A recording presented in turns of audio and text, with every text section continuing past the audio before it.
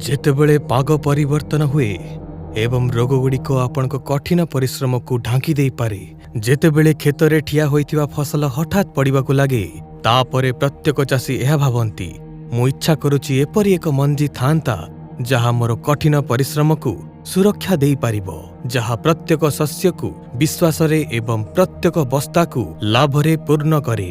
एडवांटार ADV 8283 hybrid धान बिहन यह कौनसी साधारण बिहन नुहे, यह तुमर फसलर सुरक्षा स्तंभ जहा दिए सुरक्षा अमल एवं लाभ मध्य। यह झाउलिबा रोग BLB हेउ किंबा ब्लास्ट भली मारात्मक रोग ADV 8283 एगुड़िक प्रति सहनशील, अर्थात जेतेबेले आपण 100% एडवांटा बिहन सहित जाती आपणकर फसल 100% समृद्ध हेब, संपूर्ण सुरक्षा सहित एक सुवर्ण फसल पाइब एवं तुमर कठिन परिश्रम बजार रे सर्वोच्च मूल्य पाइब।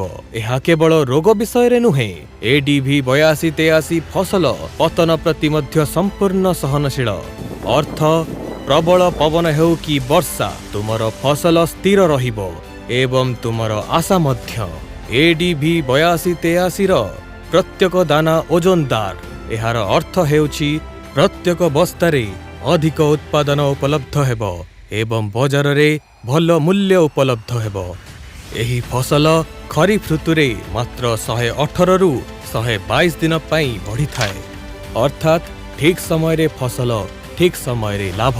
ए सबु वैशिष्ट्य गुड़िक मिसी ADV 8283 को बनै थाए सबुठारु निर्भरयोग्य हाइब्रिड बिहन। यह केवल एक बिहन नुहे, ए हेउछि तुमर फार्म रो जत्न नेउथुवा व्यक्ति एवं तुम स्वप्नर साथी। ADV 8283 हाइब्रिड धान बिहन, सुरक्षा पांतु सुना बढ़ांतु।